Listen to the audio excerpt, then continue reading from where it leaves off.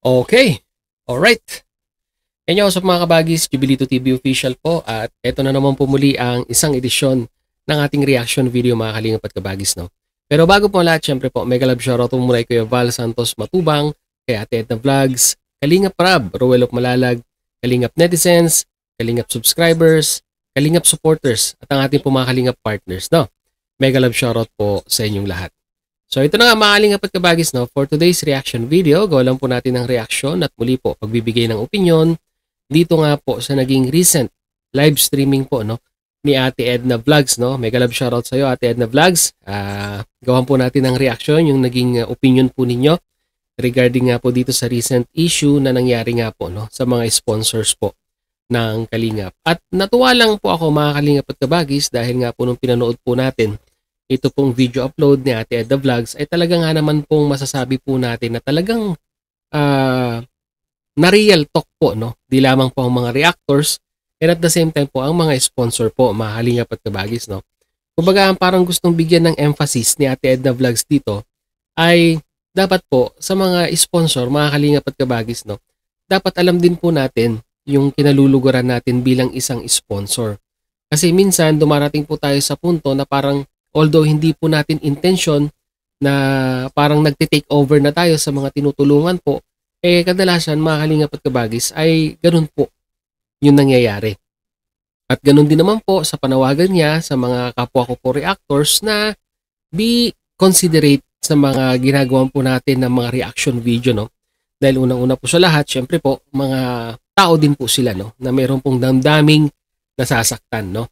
Kumbaga parang piliin po nating mabuti yung mga salitang gagamitin natin sa paggawa po ng reaction dahil nga po syempre pag tayo po ay nakagamit ng mga bagay-bagay or mga salita na hindi po akma or sabihin na nating hindi tumugma sa kanilang panlasa po ay syempre po makakasakit po tayo ng damdamin. So yun mga kalingap at kabagis, syempre po huwag na po nating patagalin, no? Simulan na po natin ito pong reaction video na ito sa live po ni Ate Edna Vlogs. So, narito po yun mga kalingap at kabagis. Ayan. Ang title ko po dyan ay hindi lahat ng tama ay dapat gawin. Tama po ba yan? Tama. Tama. Dito po sa napapanahong usapan natin, ito tungkol po dyan sa case ng mga gustong tumulong, ano po, kay Reyna or sa Kalingap. Paano na po ito mga kalingap at kabagis, no? I-considered na po natin ito as in general ika nga. No? Huwag na lang po nating i-ikon sa specific na beneficiaries, pero bagkos mas maganda po in general, no? Mga kalingap at kabagis sa lahat po ng tinutulungan at beneficiaries po ng Kalingap.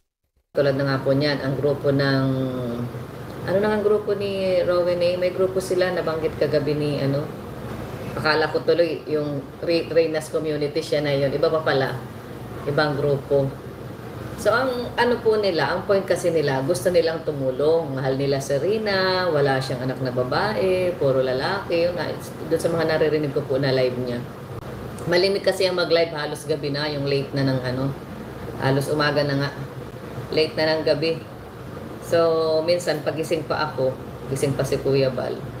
Yan, naririnig, napapanood namin. So, yun yung narinig ko sa kanya. Tama po na tayo ay tumulong.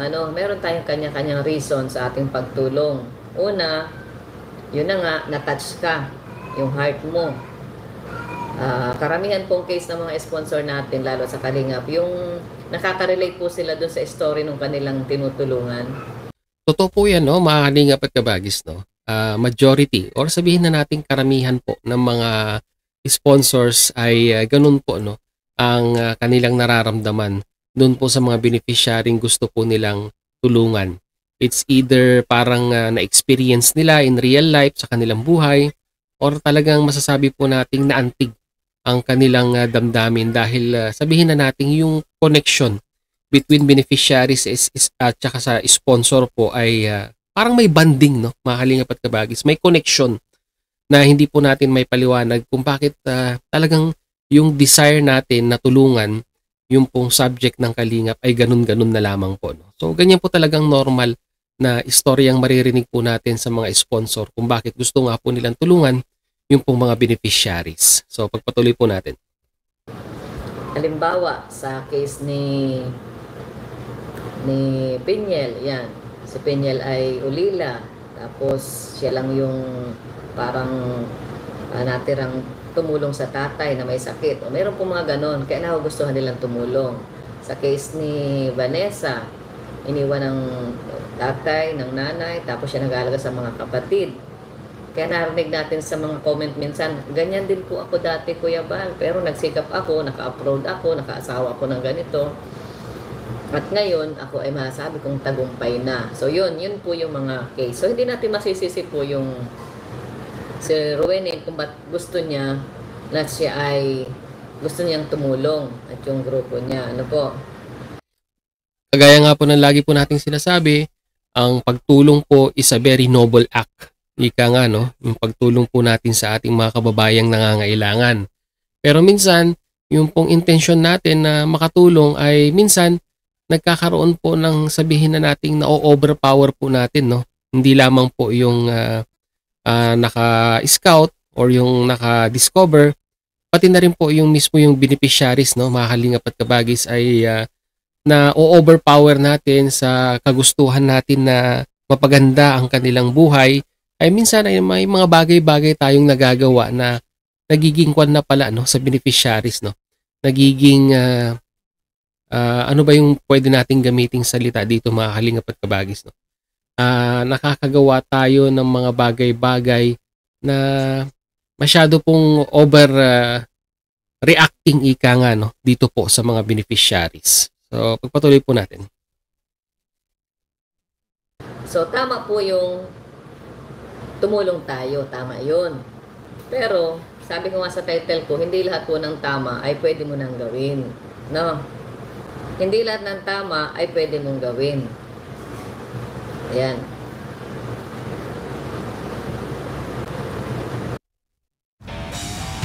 Okay, may ads tayo.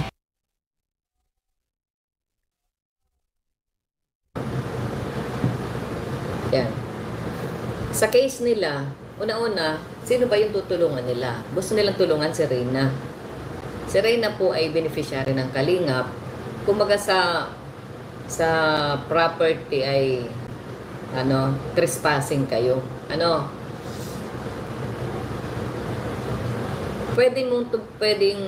Gusto yung tumulong, pero hindi pwede.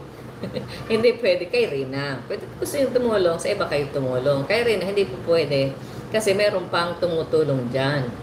Meron pang nasa custody pa siya ng Kalingap. Yon, agree ako doon, Ate Edna Vlogs, no? Kasi parang yung ibang netizens sinasabi nila na si Reyna daw ay pagmamay-ari na ng Kalingap at ayaw nang ipatulong sa mga ibang gustong tumulong. Kasi yung po yung mga naririnig natin, no, mga kalingap at kabagis, at nababasa po natin sa comment section. Although ang intensyon ay isa lamang po, matulungan yung bata, pero yun nga po, no, yung respeto po doon sa unang-una po sa nakadiscover. Hindi naman po natin makikilala si Reyna kung hindi po na-discover yan ng Team Kalingap. At kahit pagbalik-balik ta rin po natin ang sitwasyon, ay malaki naman po talaga ang naiambag ng programa ng Kalingap, no, para po mapabuti ito pong si Reyna, no, kumpara po nung una po natin siyang nakita na nandun pa po kila Lolo Nestor. Kasi may mga nagsasabi din na ang laki na daw po ng kinita ng Team Kalingap dito po kay Reyna, pero ang hindi po natin iniisip, mga kalingap at kabagis, no, ano po yung nabago sa buhay ni Reyna nung natuan po siya, na alagaan po siya ng Team Kalingap, no? Hindi po matutumbasan ng pera yon, mga kalingap at kabagis, kung ano man yung kinatatayuan ni Reyna ngayon. Hindi po wala pong value ang pera dyan, mga kalingap at kabagis, dahil tignan nyo naman po, ano po yung ngayon? Ano po ngayon yung nakikita nating magandang naging improvement kay Reyna nung siya po ay naalagaan po, no, ng Team Kalingap. So, wag po tayong magbase. Wag po tayong magbase kesyo malaki na daw po ang kinita sa pagbablog kay Reyna. Given po yun, mga kalingap at kabagis, dahil po ina-upload po, no, sa ating mga YouTube channel. At kahit pagbalik-balik na rin po natin senaryo or ang sitwasyon ay di hamak na pag Rina po ang pinag-uusapan ay marami po ang nanonood at marami po ang nakikisimpatya sa buhay po ni Rina. Nasa pangangalaga, kumbaga. Nasa pangangalaga po ng kalingap. So kapag ikaw ay pumasok dyan na hindi ka kalingap, automatic po yan. Ibig sabihin, ikaw po ay kulurom o kaya ay hindi ka, wala ka sa tamang posisyon para gawin yung pagtulong mo. Although ang pagtulong po ay tama. Tama yun. Tama yung pinaglalaban po ninyo. Na kayo ay gustong tumulong, walang makakapigil dahil walang nagmamay-ari. Ayun, panoorin niyo po yung live kaninang umaga ni Kuya Bal. In the first place, mga kalingap at kabagis, no? Hindi naman kasi po pwedeng sabihin mo na mayroon kang nakita sa platform na ito, tapos gusto mo siyang tulungan, ay hindi mo i-reach out yung pong nag-upload ng video kung saang meron kang nakitang kinahabagan na isang individual. Paano ka magkakaroon ng communication dito sa gusto mong tulungan kung hindi mo po kukontakin yung original uploader? And by means of contacting the original uploader, ay kailangan maging subject ka po sa terms and condition na gusto pong mangyari ng original uploader. Di po ba, mga kalingap at kabagis, no? Yun po yung tinatawag nating respeto. Respeto sa nag-upload, respeto po doon sa subject o doon po sa in-upload niyang content. Po yun dyan sa pagmamayari o karapatan. Ang term po doon ay may karapatan, hindi pagmamayari. Kasi kaya lang, ginagamit ninyo yung term na walang nagmamayari. Kaya sinagot kayo ni Kuya Bal lang, ako ang may-ari. Sa mga matagal na po nakakakilala kay Kuya Bal, minsan talaga yung by means of yung pagbibiro ni Kuya Bal, pero minsan may laman po, no? Minsan dinadaan niya na lang po sa biro para at least kahit papaano po, no, hindi naman po ma-offend yung mga subject na idinidiscuss niya sa kanyang live streaming. Pero kung matagal nyo na pong kakilala si Kuya Bal, yung biro niya minsan ay meron pong laman yan. May meaning ika nga. Double meaning po, no? Yung pagbibiro. And at the same time ay parang sabihin na nating may gusto siyang iparating doon po sa biro niya na may mensahe. Ako ang may-ari. Yan po, may halong joke po yun na may halong totoo. May halong katotohanan. So, ganun po yun.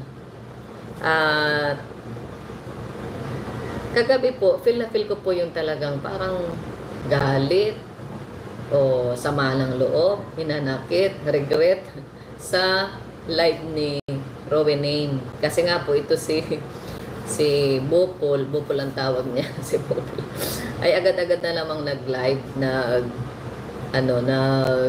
nag-reaction. Ayan, pasensya na Bopil. At ito ay topic lang na pag-uusapan lang. Usapang lang po ito, usapang kalingap. Ayan. Although hindi po tayo reactor, pero may karapatan din po tayong mag-topic kahit kanino. Magbigay ng opinion. So ito pong ginagawa natin ng opinion lang.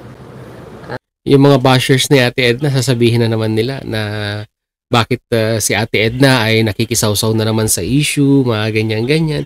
Alam niyo po, si Ate Edna, in regards po, no, sa programa po ng Kalingap, no, kanyan kung tutusin, si Ate Edna, kanyan co-founder po yan co-founder ng Kalingap, no.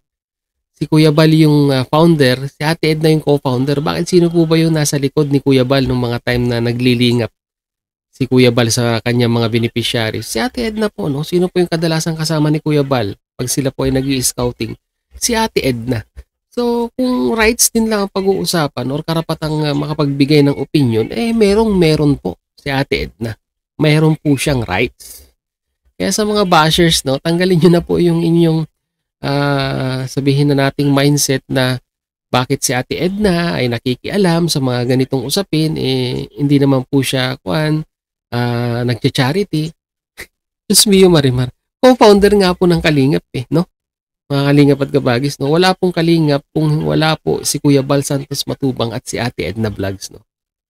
Tandem po yan, partner po yan, mga Kalingap at Kabagis. Yan po ang tatandaan natin.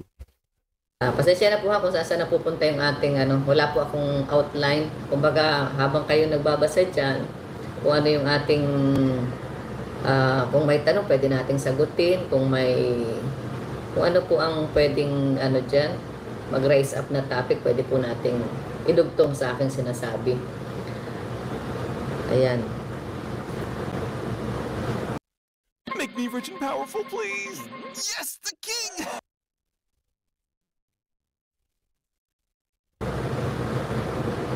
So, ito. Kung tutusin po natin, meron talagang puntos naman si Rowena sa kanyang ginagawa. Sa totoo lang, yung una pong vlog ni Bupil doon. Kaya isa pong, ano ko dyan, yung title natin dyan, topic ay Reactors Mag-Ingat, mag-isip.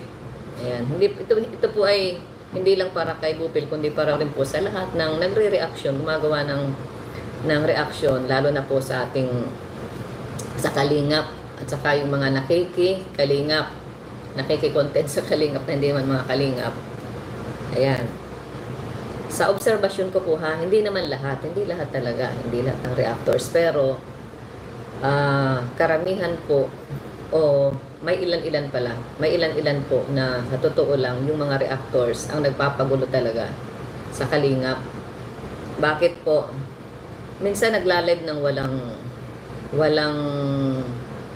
ang sabi ni Rowena, walang laman. Walang substance yung topic. Or walang substance yung pinag-uusapan. Ibig sabihin, hindi po na-search, hindi na patunayan. Basta may nag-send lang ng screenshot, automatic, ora-orada, ora mismo, kuda-kuda agad. Dapat po ay pinag-aaralan mo na, pinag-iisipan para hindi kayo napapahiya. Yan, mga reactors. Ito po ay paalaala lang po sa ating po mga mahal na reactors, lalo na po at daladala natin ang Kalingap. Daladala ninyo ang Kalingap. Kaya sa usapan pong yan, ang bagsak na naman yan kay Kalingap Rob o kay Kuya Bal o sa amin. Sa totoo lang po, yung unang ni Bupil kay Rowena, yung sabi niya na doon pa lang sa pagmura niya, tapos ang kadugtong niya ay, kung totoo man, itong screenshot na ito, itong na ito, tapos puto kutsinta, nagmura siya. Di ba ganon? Masakit talaga yun dun sa sa side ni Rowena. Hindi ko pinagtatanggol sa Rowena, ha. Yun lang pong issue lang po tayo, hindi po tao yung issue. Ikaw, wala kang posisyon na magmura sa kapwa mo, no? Kasi ang isang tao napupuno po yan, merong yang kung sa salop ay kapag napuno na ang salop, ayan, Dapat ng kalusin. wala kang karapatan. O tama, di ba sabi ni doon, sino ka? Wala kang karapatan na namurahin ako, pagsabihin ako ng ganyan. At bakit nga magre-report sa iyo? Tama. Bakit magre-report ako sa iyo? Sino ka? Hindi kita kaano-ano. O, di ba? So, masakit yun bilang isang reactor na sabihan ka ng ganon. Ayan. So, although, sabi nga niya, wala man daw nagbabawal, ganyan. Kaya lang, kung Kalingap ka po, Kalingap tayo, sa Kalingap, meron tayong rules. Kaya, katulad na nga niyan, ang re-reactionan mo dapat Kalingap. Kapag ikaw ay Kalingap, may karapatan kang i-content ang Kalingap. Ang mga vlogs ni Kalingap Rob, ni Kuya Bal, at lahat ng mga Kalingap partners, pwede mo yung reactionan. Pero, sa anong paraan? Dapat po ay nakabubuti. Dapat constructive, hindi destructive ang iyong mga point dyan, mga pointers dyan na i-discuss. Tapos, paano yon? Mag-reaction ka, pag sa live, within 12 hours pwede. Pero pag mga video uploads, 24 hours po yan, one day yan. Bago nyo reactionan, baka nakakalimot yung mga reactors. Tapos ano pa, huwag makipag-away yung reaction mo. Kung ang reaction mo ay pakikipag-away sa kapwa reactors, hindi po yan natin, hindi po yan dapat ginagawa ng mga reactors natin. At higit sa lahat, yung hindi naman mga Kalingap na reactors, hanggat maaari, huwag po ninyong i-content ang Kalingap or makipag-ugnayan po kayo sa akin, sa kay Kuya Bal, para ma-recognize po kayo na legit kayong Kalingap para makapag-content kayo sa Kalingap. At ngayon may bago pong binanggit si Kuya Bal, yung sabi niya na bawal nang tumanggap. Ayun, yun po ang hinihintay ko sa lahat. Kapag hindi ka Kalingap, yan, bawal nang support, no? Hindi Maganda rin naman yung mga Kalingap at Kabagis, yung bagong nilapag na rules ni Kuya Bal Santos Matubang na pag ang sponsor po ay sabihin na nating hindi 100% na sumusuporta po sa programa ng Kalingap, ay mas maganda na wag na pong tumanggap ng financial na tulong na galing po sa kanila, dahil paulit-ulit na lamang po ito, mga Kalingap at Kabagis, no, na pag nagkakaroon po ng issue in regards po, lalong-lalo na po pag pera ang pinag-uusapan, ay talagang mostly ang mga involved dyan po ay masasabi po nating hindi 100% na Kalingap supporters po, no, mga Kalingap at Kabagis. natatanggap ng hindi Kalingap partners, sponsor. Ibig sabihin po noon, bago ka mag-sponsor, ano ka muna, mag-courtesy, pakipag-alam, at magsabi na ako po ay willing na maging part ng Kalingap, tinatanggap ko yung mga rules, masunod ako sa mga tuntunin ng Kalingap bilang sponsor. Ayan. Ang nangyayari po kasi ganito, yung mga sponsor ng mga, yan na nga, yung mga content ni Kalingap Prab, hindi natin maikakaila na mga viral po talaga, viral. So, ang ginagawa, pag may nakita sila na, halimbawa, mga love team, o kaya, ayan na, huwag tayo lumayo, kay Reyna. Yan. Si Reyna po ay, alam natin na siya po ay nag-viral, So, maraming mga nabuo na mga grupo-grupo, may fanatics, may solid, may international, may Worldwide. may liquid, may gas. Maraming nabuo. So, sila po ay may mga Facebook, may mga Facebook sila. Mabuo sila ng Facebook. At yung Facebook nila, pwedeng tulog, tenga, Pero nung mag-upload sila ng tungkol kay Reyna, dumami yung viewers. Kaya nagkaroon sila ng idea, maganda ito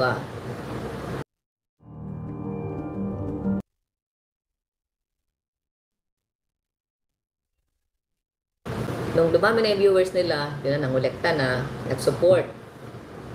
Pero i-upload nila yun sa sa kanyang Page. sa Facebook niya.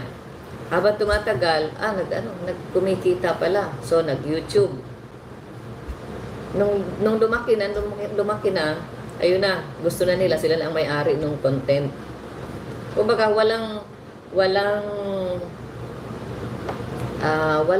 kumbaga sa daan, nakidaan ka doon sa lupa ng may lupa. Walang pasabi-sabi na makiagi po.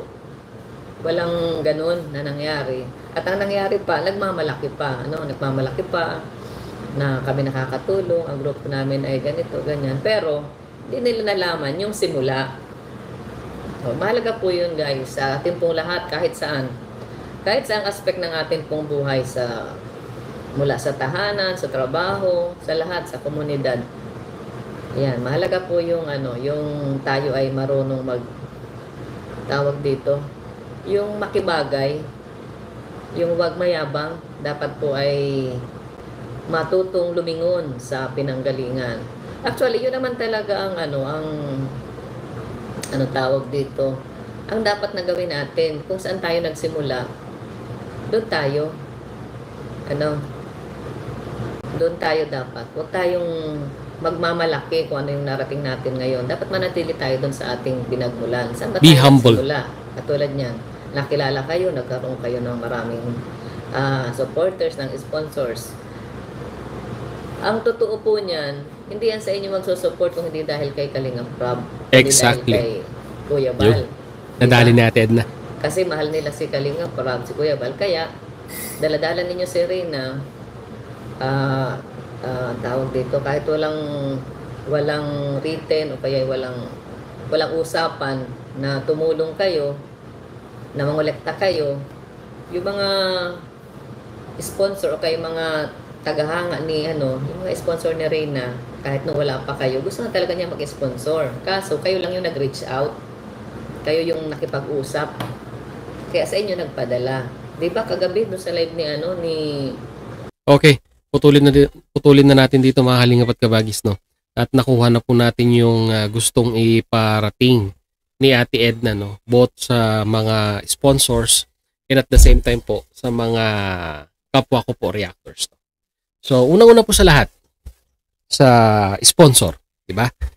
Maanong yung nga po, no, yung courtesy call or yung pag-acknowledge na yung pagtulong sa Kalingap bilang isang sponsor ay nandoon at yung nga po na tayo po ay susunod sa anumang rules or alituntuning inilalapag po ng grupong gusto po nating suportahan, mga beneficiaries na gusto po nating tulungan ay dapat nandoon po, no? Hindi yung ura-uradang parang kabute na bigla na lamang pong lalabas na kami po ay willing sumuporta sa beneficiaries ng Kalingap at ito po yung ganito po ang gusto po naming mangyari and so on and so forth, no? So dapat merong unang-una po sa lahat ay nagpapaalam tayo, no, sa kumbaga sa may-ari ng bahay bago tayo pumasok, di ba? Importante po 'yan, hindi naman po tayo basta-basta papasok ng bahay na hindi po tayo nagtatao po, di ba? Hindi po tayo nagtatanong kung merong tao sa loob. Secondly, sa mga kapwa ko po reactors, no, I know na bawat isa po sa atin ay may kanya-kanyang estilo sa paggawa ng reaction videos. Meron yung malumanay, meron yung aggressive ang dating, and at the same time po, meron po talagang bumabanat ika nga, no. So, okay yun. Style po natin yan eh. Diyan po tayo nakilala sa ating YouTube channel kung paano po yung estilo natin ng paggawa ng reaction video. Pero hanggat sa maaari, no, mga Kalingap at Kabagis, no, sabi nga po ni Ate Edna, ay iwasan po natin na makapagsalita ng mga sabihin na nating below the belt na mga salita. Kagaya nga po nung sinabi niya, puto ko tsinta. Di ba? Mga Kalingap at Kabagis, no? Para at least kahit papaano po, although binabanatan po natin or criticize natin, constructive criticism nga po, yung isang individual na ginagawa natin ng reaction video, yung hindi po natin pag isasalita ng hindi maganda sa kanila ay parang pinaka-respeto na rin po natin sa kanila yon. Although binabanatan po natin sila sa ating mga reaction video, pero at least andun pa rin po yung respeto, no, mga Kalingap at Kabagis. So yun lamang po ang ating reaction video for today, mga Kalingap at Kabagis. Mag-comment po kayo sa ating comment section kung ano naman po inyong masasabi, opinion, reaction dito nga po sa naging statement, no, or sabihin na nating reaction din ni Ate Edna in regards po dito po sa mga latest na issue na bumabalot po sa mundo ng Kalingap. Lagyan nyo po yan sa ating comment section, pag-usapan po natin, mga Kalingap at Kabagis. So yun, muli maraming salamat dahil hanggang sa dulo po ng ating reaction video for today ay muli po nasamahan nyo po muli si Jubilito TV Official at muli po nagpapaalala po ang inyong host. Sa mga hindi pa po nakasubscribe sa channel, Kuya Val Santos Matubang, Ate Edna Vlogs, Kalingap Rab, Roel of Malalag, supportahan po natin ang kanilang mga YouTube channel and at the same time muli po naglalambing din po ang inyong host.